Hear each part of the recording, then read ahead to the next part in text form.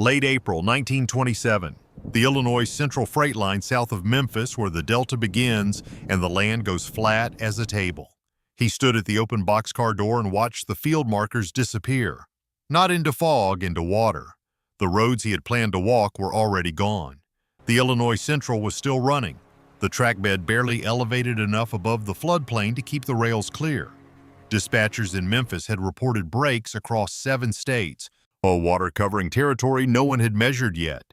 He did not know the full extent of it, but he could see what it meant from the open door.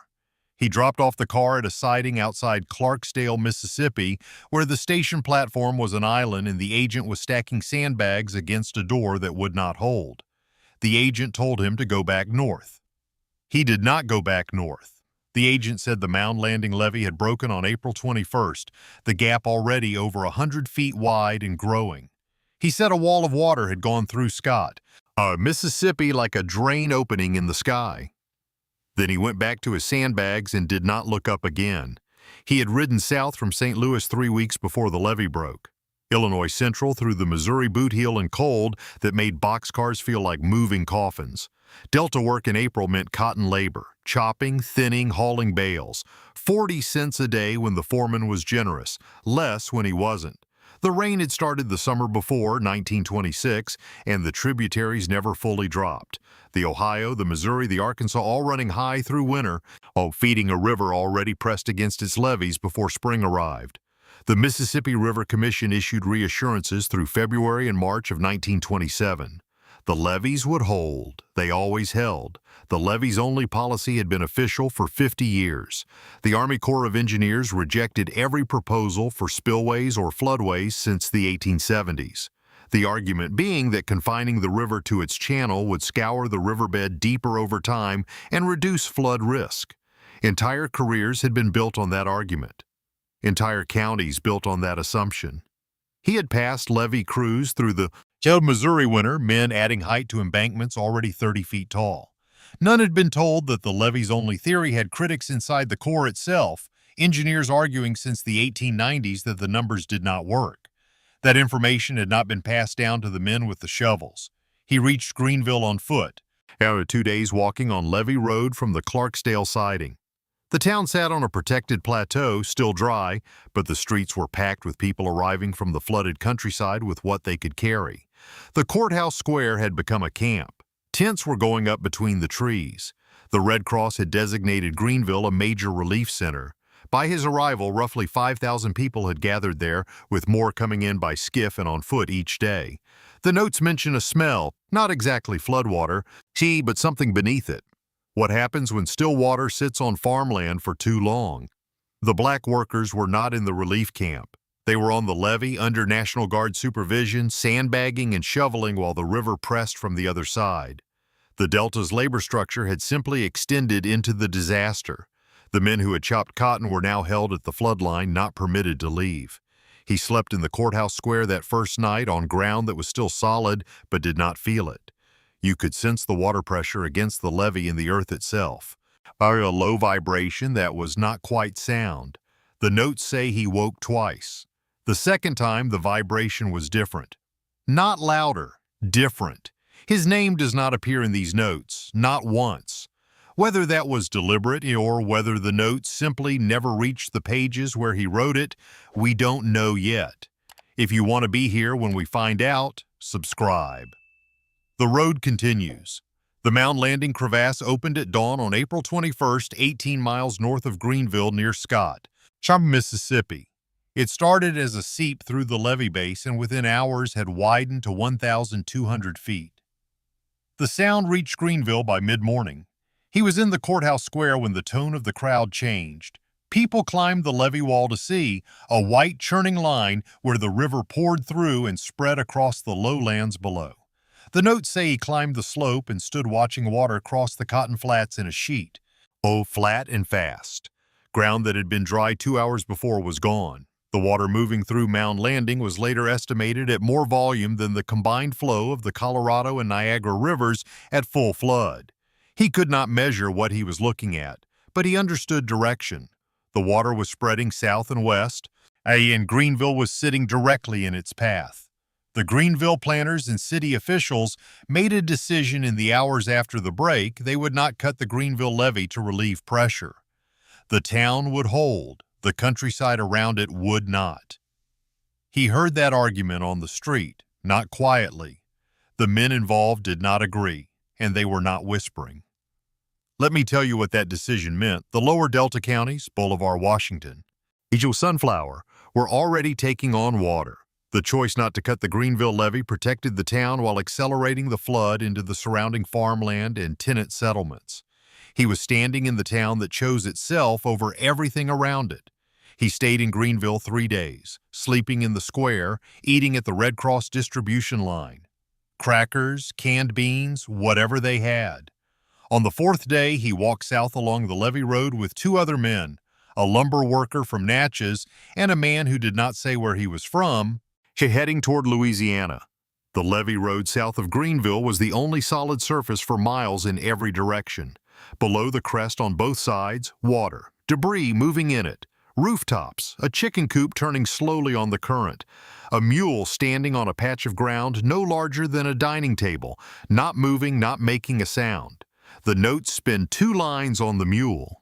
Not on the flood, not on the distance walk that day, not on the other 2 men. 2 lines on an animal standing on a patch of ground about to disappear. The notes do not say why. They rarely explain where they stop. The vessels working the Delta that week were government craft, Red Cross skiffs, National Guard flatboats, and private boats operated by planners. The private boats were often used for equipment first. Gin machinery, stored grain, livestock. He watched a flatboat pass a rooftop with people on it loaded with baled wire and not slow down. Herbert Hoover, then Secretary of Commerce, had been appointed to coordinate the flood relief. He arrived with reporters and a talent for being photographed at productive moments. Relief records from that period document roughly 330,000 displaced persons in camps across the flooded states, with conditions varying enormously depending on who occupied them. He reached Lake Village, Arkansas 5 days after Mound Landing, crossing the river on a Red Cross ferry carrying displaced families west across the Mississippi. Lake Village sat on Chickett Lake above the floodplain, and the camp there held several thousand people across the courthouse grounds and surrounding fields. The Red Cross camp at Lake Village had organized itself by race, as every camp in the Delta had. White families occupied the better-positioned tents in the courthouse interior.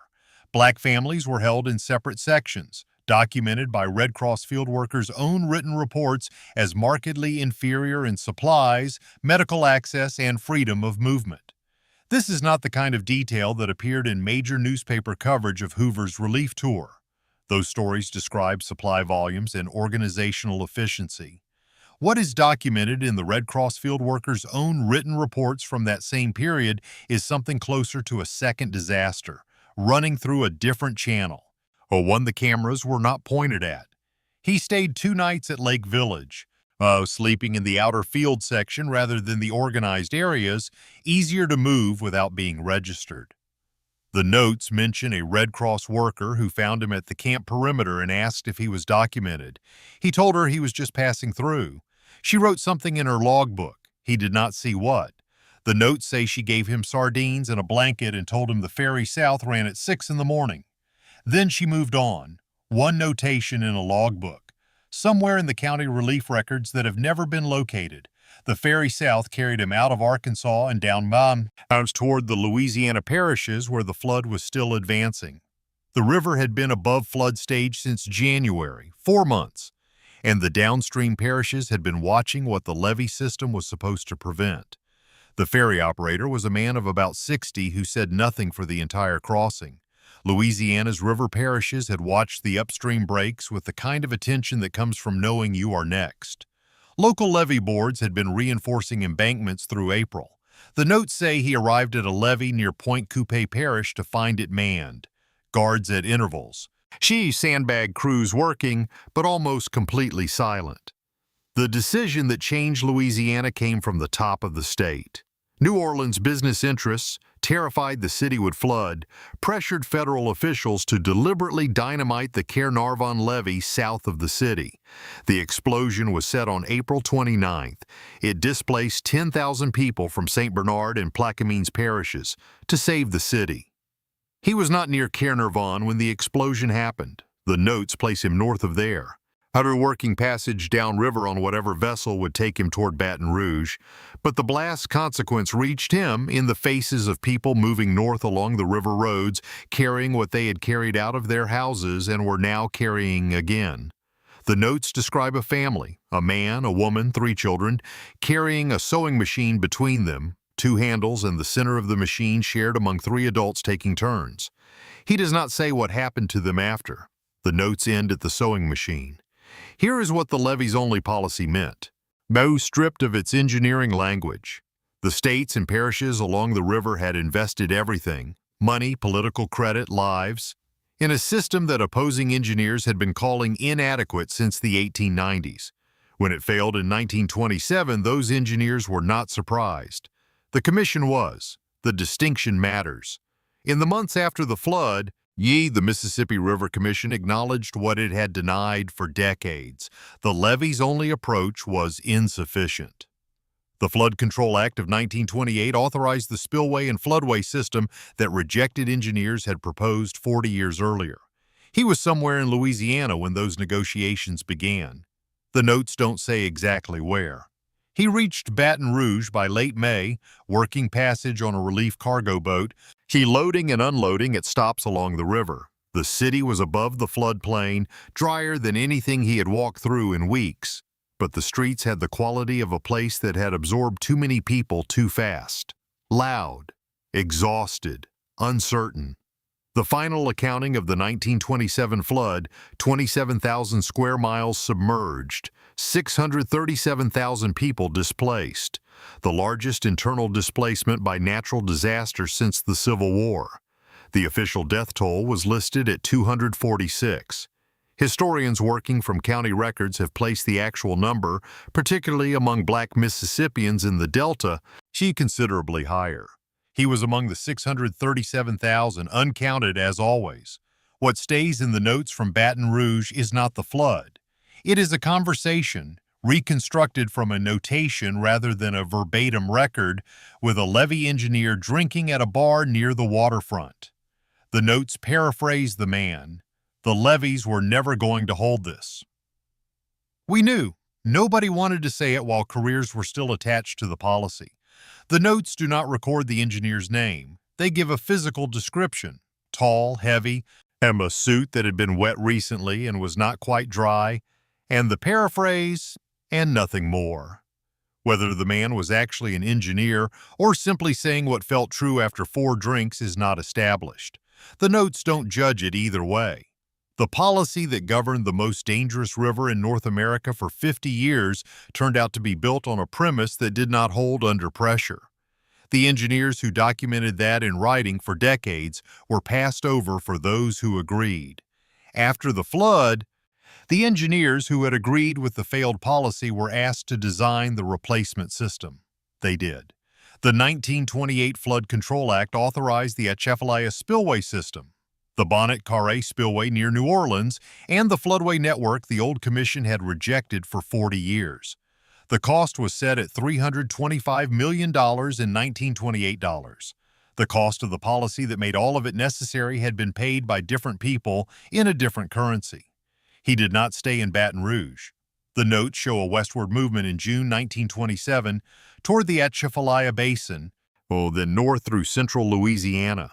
The route suggests he was following the possibility of work as the flood receded and cleanup labor opened on farms that had been underwater since April.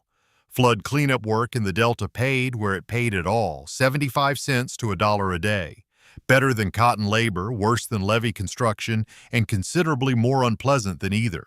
The soil left behind was gray-brown river silt that smelled of deep water, and whatever was buried in it had been there since April.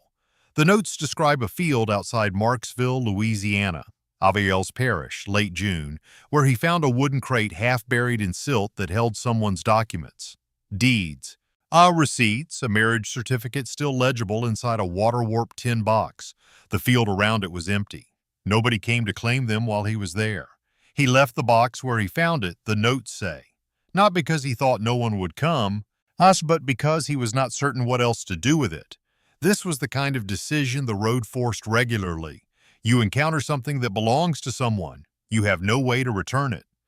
The road continues. The Louisiana parishes rebuilt on the same footprint. Landowners rebuilt. Tenant farmers rebuilt on the same land under the same terms. Levee boards built taller.